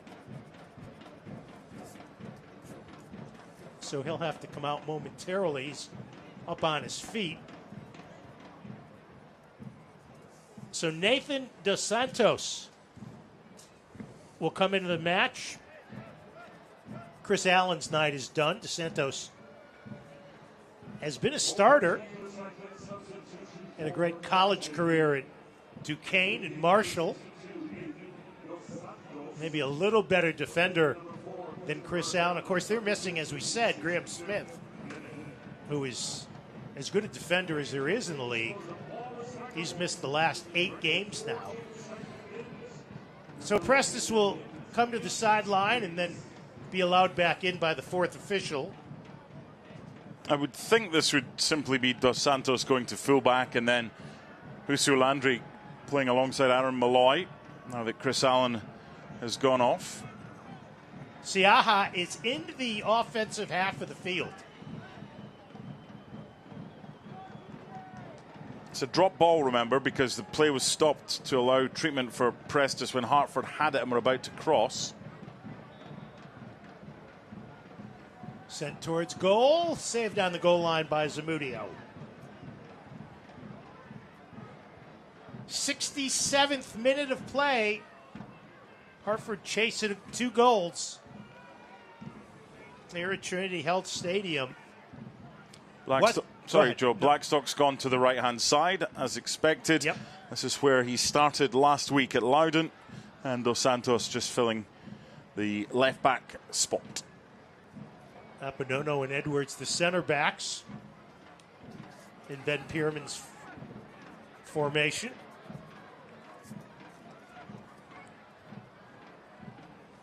Scarlett wins the ball, plays it back.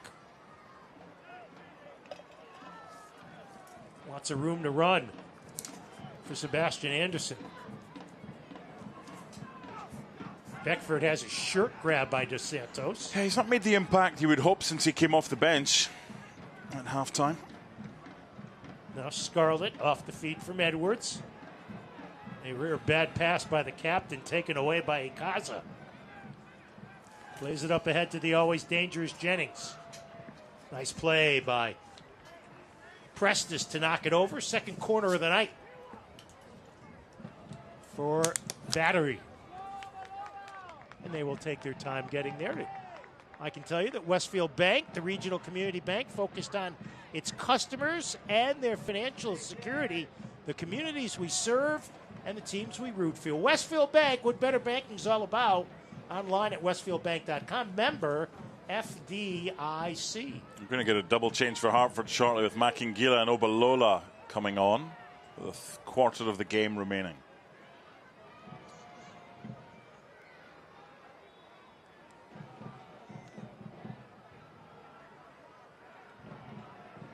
Played back to Langston Blackstock, and he will just comfortably go back to Michael Edwards.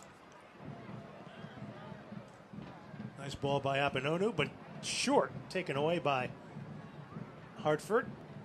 Possession regained by the visitors from South Carolina. Malloy with room, drills it, and it'll be a goal kick for Hartford. So Beverly Mack and Gila will come in, and Galina's night is over. Yeah, he's not got 90 in his legs yet. He's replaced by Obalola. And it will be Obalola in the game for Marlon Hairston. So Beverly will just sit in front of the back four of Samadia, Scarlett, Prestes, and Anderson. You know, what disadvantage Hartford's had this year is they haven't had the depth to use all five of their subs. I haven't done the research on it. I'll have it for Friday, but I don't know how many times this year they've been able to sub five guys.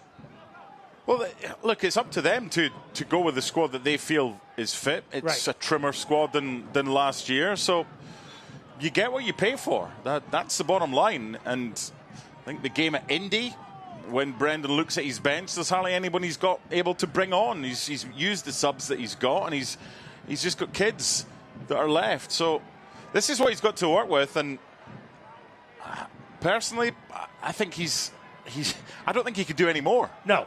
Oh, no, not at all. Brendan Burke. I mean, the way that he prepares the team,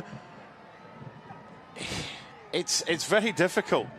If your striker doesn't score, or your midfielder doesn't create for your striker who doesn't get on the end of it, I've seen the work that they put in. They couldn't work any harder. Right, I agree. In training, they stay behind. They do set plays at the end of sessions. Certain players stay behind and do finishing. And look, they've played a lot worse than this season and taking things out of games. Edwards dangerously back to Zamudio and come out to grab the ball. It's not a hard luck story, Joe, because ultimately the quality is told tonight. But when we've seen that first half display, the quality has to be better from Ngalina to find Dieng. The quality is good from Samadia. Dieng doesn't finish. That's the bottom line. That could easily have been 2 goals for Hartford, and they could have gone in at halftime leading by 2-1. Well, when your top scorer for a year ago only has 2 shots on target all year, coming in 10 games played, that's an issue.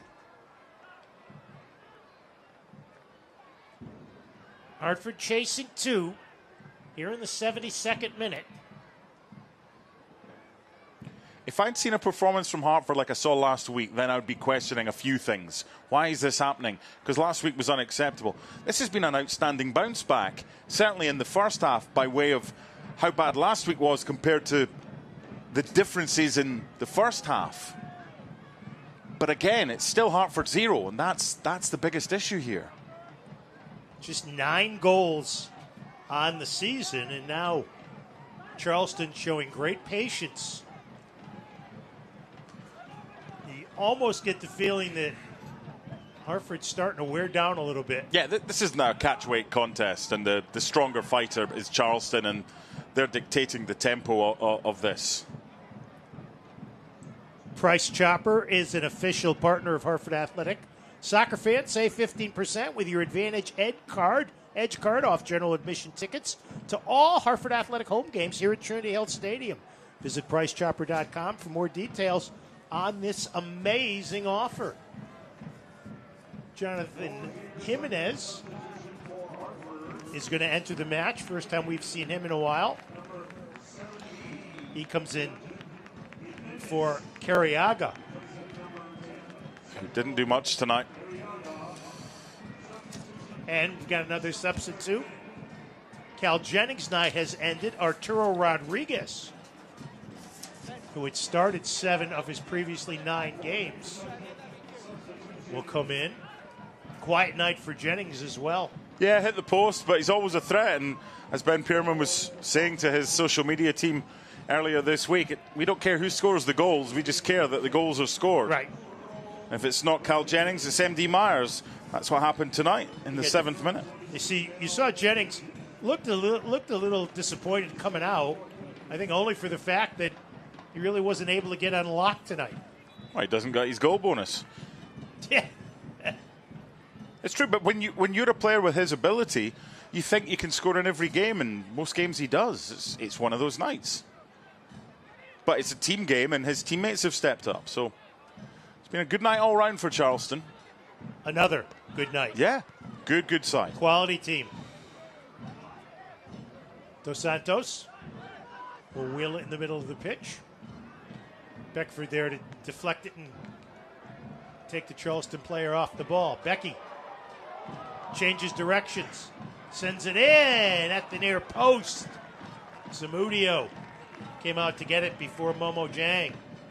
Joe, I was thinking back 8 days ago when the biggest cheer of the night from Hartford was when they got their first corner around this moment of a game. There's been a lot more final third entries from Hartford. There's more to work on this week, but now they can't keep it. Well, they were lucky there. That's offside. Along with Mark Donaldson, Joe D'Ambrosio, Tom Stanwix, our director, Bobby Kaplan back with us, our producer, and our terrific Power Station crew here at Trinity Health Stadium. 75th minute of play, 2-0. Myers in the 7th minute. Josu Landry in the 50th. Hartford's target is 8th place. That's about just get into the playoffs. Doesn't matter how, but they need to start getting points on the board. They need to start scoring more goals. They haven't even got double digits this season. And if they do, then the possibility is that they can do what they did last year, build that momentum and finish the season well, and hopefully it'll take them into the playoffs. Then anything can happen. Look at Rhode Island last year. Sloppy pass by Beckford. Gets it back, collides with Dos Santos, and Beckford touched it last. Well, and this is a team, and we've seen this, Mark, that's just not that great on the road. So I understand it's a tough stretch of home games against some of the league's best, but at some point you got to produce before the home fans. You do, but I think there are positives tonight going forward. It was a performance last week that shouldn't be quickly forgotten about because it was unacceptable. And a lot of the ire of Brendan Burke was to do with his forwards and decision making and not supporting and helping the rest of their teammates. Tonight, I think they've got themselves a formation that worked certainly for the first half hour. In the 3 at the back, so Joe Farrell comes back next week. I would imagine he'll just come in for Arturo Dispe. TJ Prestes has been solid. as a right centre-back. Jordan Scarlett, it's not his best position, the left centre-back, but it's been fine. You do leave yourself open, but I do like when Sebastian Andersson gets forward and Emmanuel Samaria gets forward. Brendan Burke said last week the midfielders and defenders did enough to get a win, did enough to boost the offense, clearly putting it on the players up front. Well, he said they did their jobs. They didn't do enough to get a win as far as they're not the one that scored the goals. But there was no creativity to the final third. We saw tonight after 30 seconds they were able to make inroads and win a corner. That's good from Beckford. Beckford tried to play it through ball for Jang, but Apanono was there to intercept and play it ahead to Rodriguez. Really good from Joey as well. He's got room, now slows it down. Distributes in the middle. Taken away. Samadi has had a good work rate again tonight. Yeah, but he's wanting options. Here's Obalola. Replaced in the starting lineup tonight by Edwards.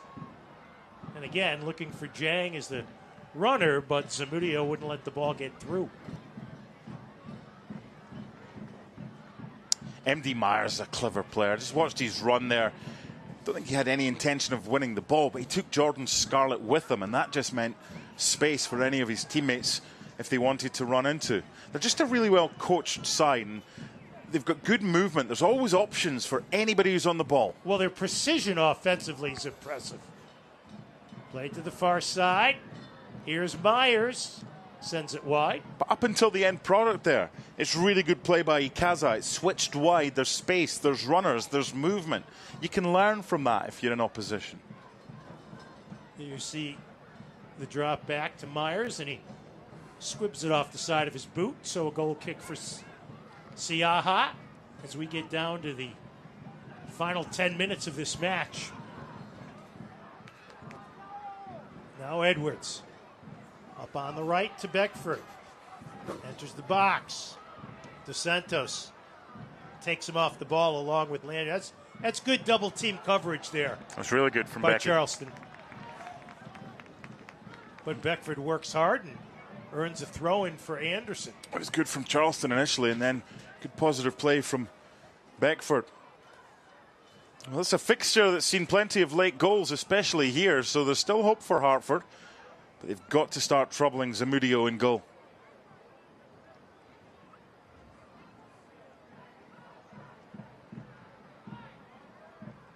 Lobbed into the middle. Bodies collide and cleared away. Trapped down by Macangila. Samadia looking for Anderson. Left footer. Box. Goal!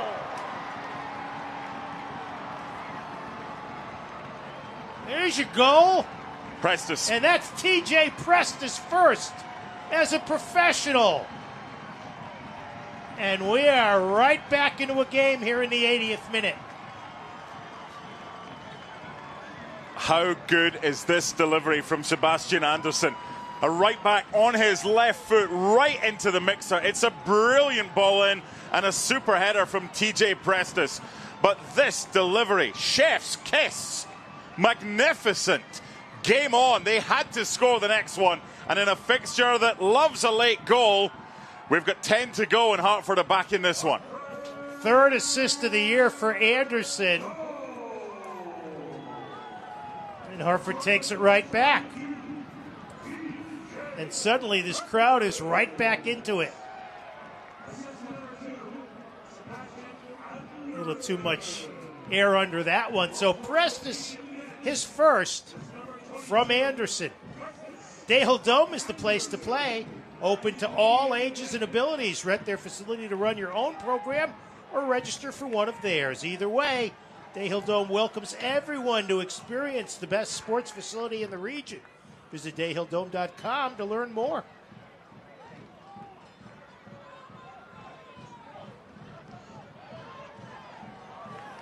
Ball played up ahead. Jimenez can't get it. Looks like Leland Archer will make his first appearance in forever on the back line. It'll be a Hartford throw-in.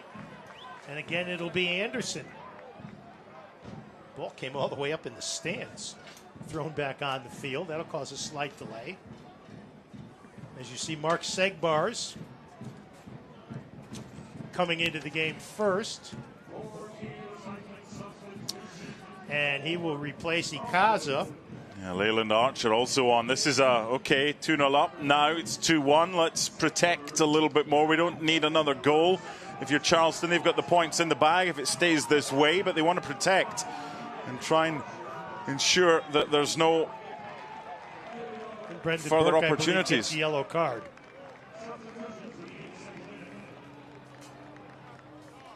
He didn't understand why that substitution was able to be made at that point.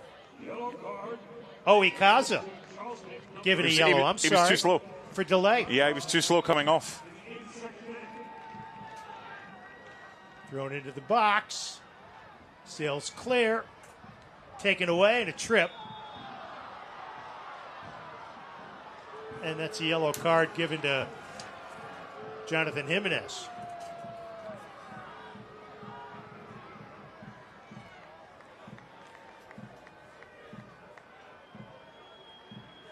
Not really anything to argue on that one, right?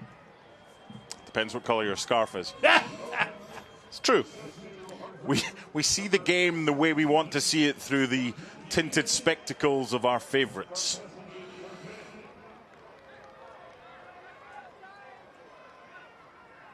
So Segbers came in for Blackstock. Archer came in for Ikaza.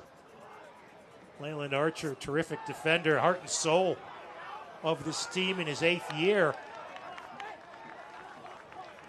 First appearance in the last 6 games, although he did play 45 minutes in a friendly against a Brazilian club team in the Low Country on Wednesday.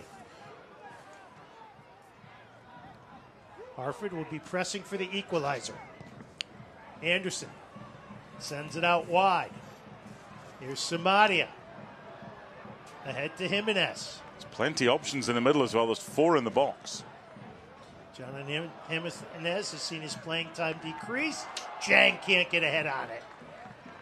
The number of times in football matches since they were ever played that players coming in round the back for deliveries like this. Look how everyone's attracted to the ball. If someone comes in from the right-hand side deep, that ball's just harmlessly gone out.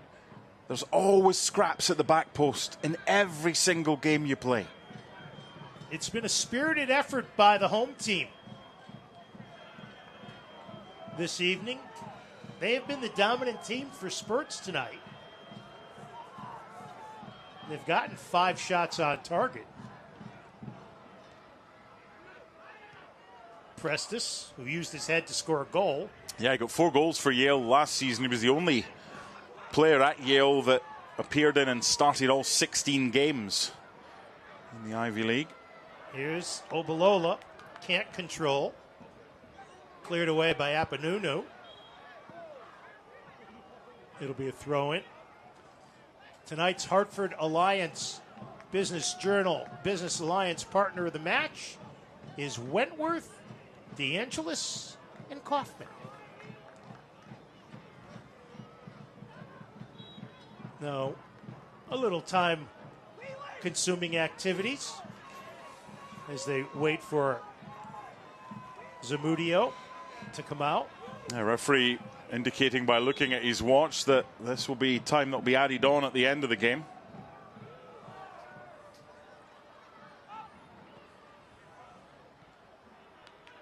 Jimenez plays it off the side of his boot right to Segbers, and he gets taken down by Obalola, who goes over to apologize. So that foul was committed at 85-20. Let's see when this free kick is eventually taken.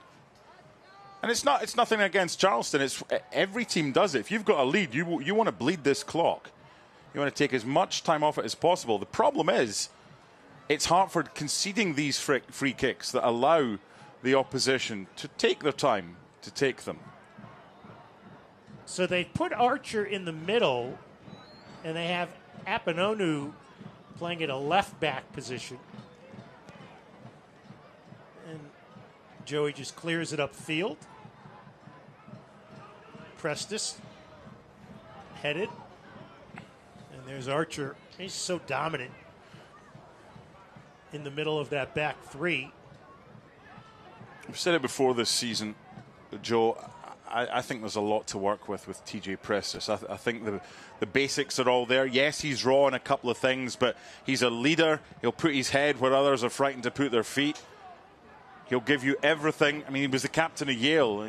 This is a leader who'll learn every single day. And while he may make mistakes, I think this kid's got a good future in this game if he continues to improve the way he has since he joined.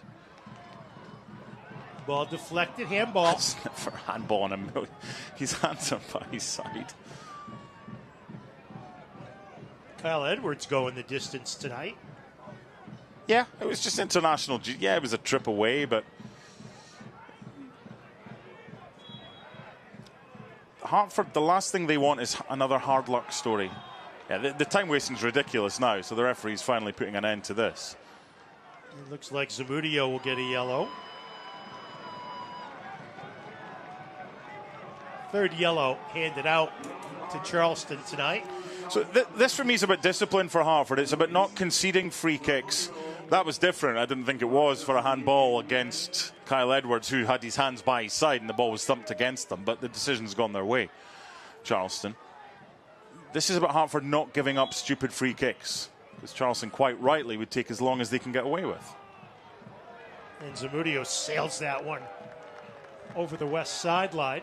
Last twice Charleston have been here, they're the ones that have scored in the 90th minute to get a draw and to get a win. Can Hartford give them some of their own medicine and get something out of this game?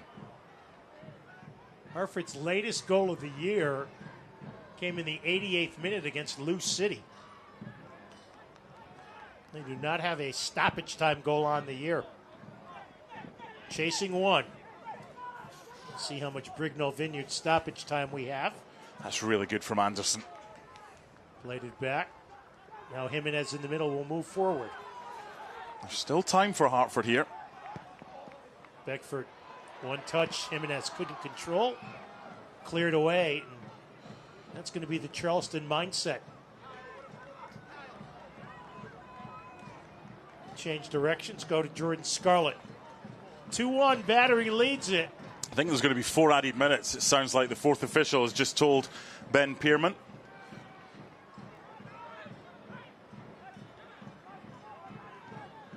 Hartford tries to build up.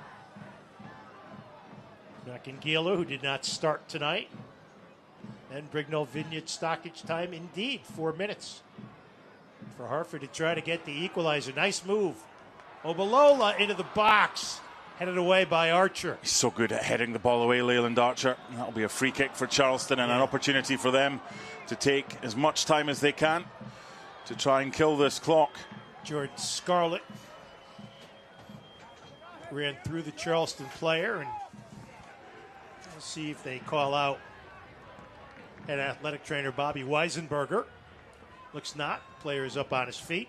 Didn't think it was a bad delivery from Samari. It was just a really, really good leap from Leyland Archer. He's put it where you need to put it. Give players a chance to attack it. Kyle Edwards, that's just a super header. There's nothing better as a coach and having someone like that as a teammate who's just so good in the air and does that. That's a foul.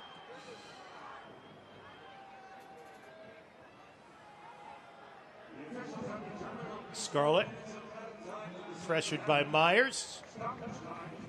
Fouled by Myers. Nothing to lose now. Oh, what is going on?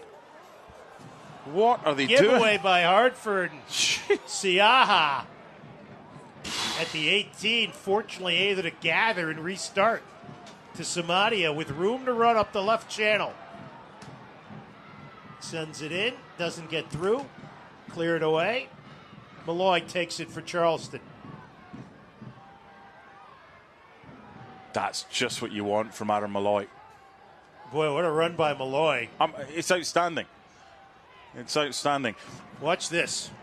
He doesn't want to watch that again. I mean, he got away with it. Just. 1 second more, and it would have been a depressing if you're Hartford. Third goal for Charleston. It would have sealed the match. I'm not sure how much time they've got to keep playing it around at the back and play it back to a goalkeeper. You've got Dieng, you've got other players forward. Just stick it forward and try and win the second ball if you don't win the first. Siaha does that. Won by Beckford. Tries to dribble around to Santos. Cleared. Apononu knocks it out. Anderson hustles to throw it in. Time of the essence for the home team. Down a goal at 2-1. You're in the second of what's supposed to be 4 minutes of stoppage time. Here's Sebastian Anderson. Second ball. Macangila. It's loose. Prestes can't get a boot on it. How good is that from the goalkeeper? Brilliant by Luis Zamudio. He knows if he comes for that, he's got to get it. And from a defender's perspective, once this goes into the air, that is really, he's made his mind up. He's gambled a little bit, but then he's gone through, and that is outstanding from the goalkeeper. It's been an enjoyable match to watch. I don't think Charleston have been at their best tonight, but they're likely to go back with 3 points, which is a sign of a really good side. But a lot more positives from Hartford, and at least they've managed to find the back of the net tonight. But it might be too little, too late. 10th goal of the season for Hartford. Prestes sends it over the east sideline. Brendan Burke and his players, though, will not be interested in plaudits. They want points. No, it's not participation trophies. No.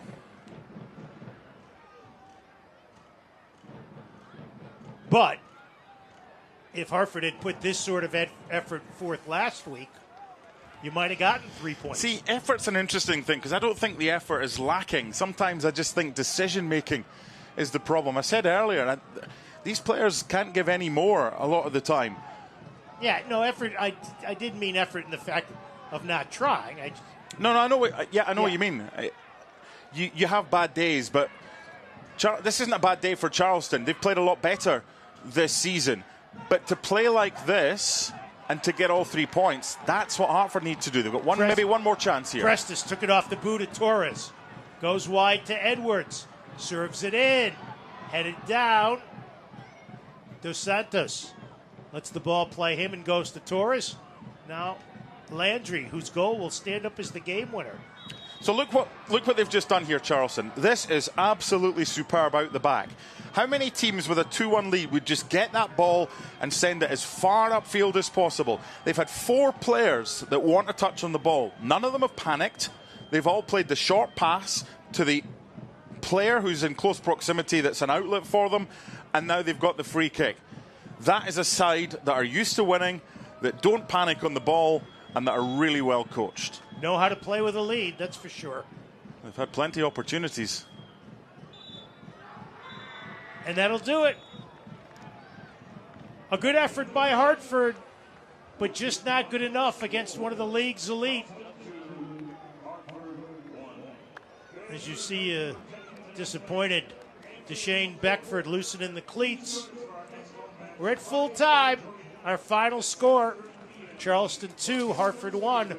Mark and I will be back to wrap it up next here on ESPN Plus, MyTV9, and WTNH.com.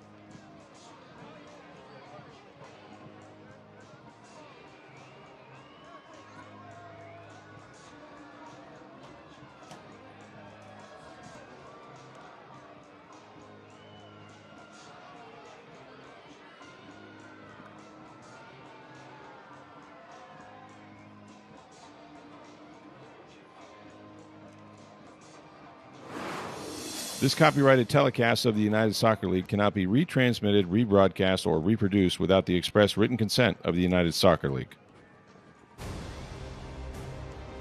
Fans, join us for the next home match Friday, June 30th at 7:30 p.m. against Loudoun United as we celebrate Pride Night presented by M&T Bank, as well as everyone's favorite $2 beer, $1 hot dog night presented by Modelo. Don't miss out. Get your tickets today at HartfordAthletic.com. Our broadcast tonight brought to you by Central Connecticut State University. Apply today at ccsu.edu.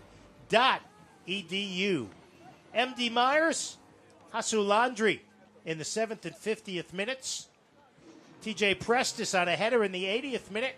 Hartford pressed for the equalizer mark, but Charleston knows how to finish games. Yeah, they do, and they're a very good side, and they'll be in the playoffs. They'll have home advantage, no doubt, and they'll be one of the favourites to win the overall USL Championship. From a Hartford perspective, look, points are better than plaudits, but the performance was much better tonight. There's positives aplenty, but the bottom line is they've got to be better in front of goal. It was a defender that scores today. They've had opportunities. Samadi has put a good ball in and Dieng hasn't scored. Ingalina's put it behind Dieng. But clinical, that's the word of the day for Charleston. They find the back of the net. MD Myers twisting and turning. It could have been cleared originally by Dispe or Prestis. Siaha to thank for Hartford. Otherwise, MD Myers would have had a second goal. Again, it was a slip from Dispe. Look, he's not 100%, I get that. But he's only playing because of ill discipline last week from Joe Farrell. That's a stunning strike. It really is, to put Charleston 2-0 up. And that took the wind out of Hartford for a while, but they ended strongly. For Mark Donaldson and our crew, I'm Jody Ambrosio. 2-1 Charleston. Thanks for being with us.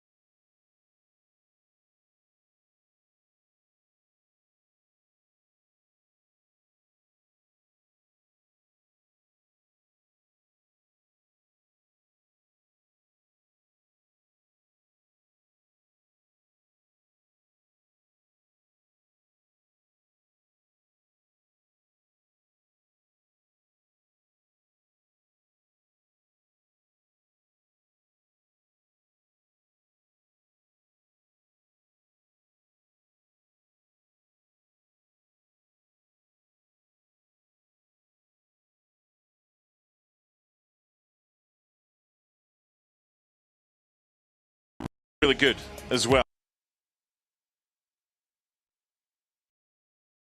Win a complete game.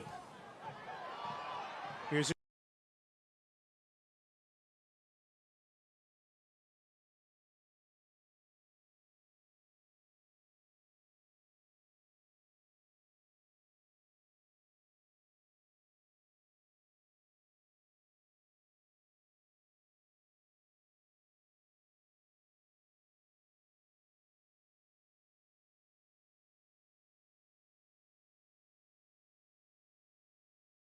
And Galena trying to get to the byline. Oh! Zamudio had to deflect that, and it'll be a... And Galena trying to get to the byline. Oh! Zamudio had to deflect that, and it'll be a... And Galena trying to get to the byline. Oh! Zamudio had to deflect that, and it'll be a... Shot is blocked in the box. Landry scores! Similar to his goal in Charleston.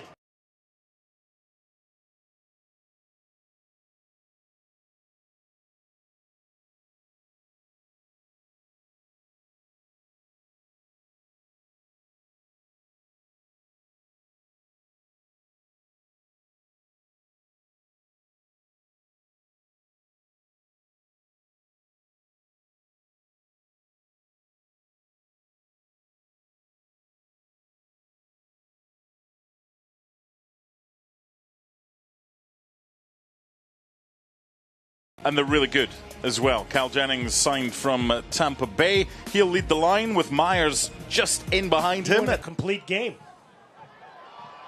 Here's a quick chance, and Hartford will get an immediate corner kick, because sometimes you can get to this back line of Charleston. 32 seconds it's taken Hartford to have a chance on goal. They didn't have a shot on target last week, so that's... He won a complete game. Here's a quick chance, and Hartford will get an immediate corner kick, because sometimes you can get to this back line of Charleston. 32 seconds it's taken Hartford to have a chance on goal. They didn't have a shot on target last week, so that's... He won a complete game. Here's a quick chance, and Hartford will get an immediate corner kick, because sometimes you can get to this back line of Charleston. 32 seconds it's taken Hartford to have a chance on goal. They didn't have a shot on target last week, so that's... He won a complete game. Here's a quick chance, and Hartford will get an immediate corner kick, because sometimes you can get to this back line of Charleston. 32 seconds it's taken Hartford to have a chance on goal. They didn't have a shot on target last week, so that's a point. Now you don't have Farrell as a target man in there, but you do have Dispay. Header sent over the cage, but a nice ball played to... Now you don't have Farrell as a target man in there, but you do have Dispay. Header sent over the cage, but a nice ball played to... Now you don't have Farrell as a target man in there, but you do have Dispay. Header sent over the cage, but a nice ball played to... Now you don't have Farrell as a target man in there, but you do have Dispay. Header sent over the cage, but a nice ball played to...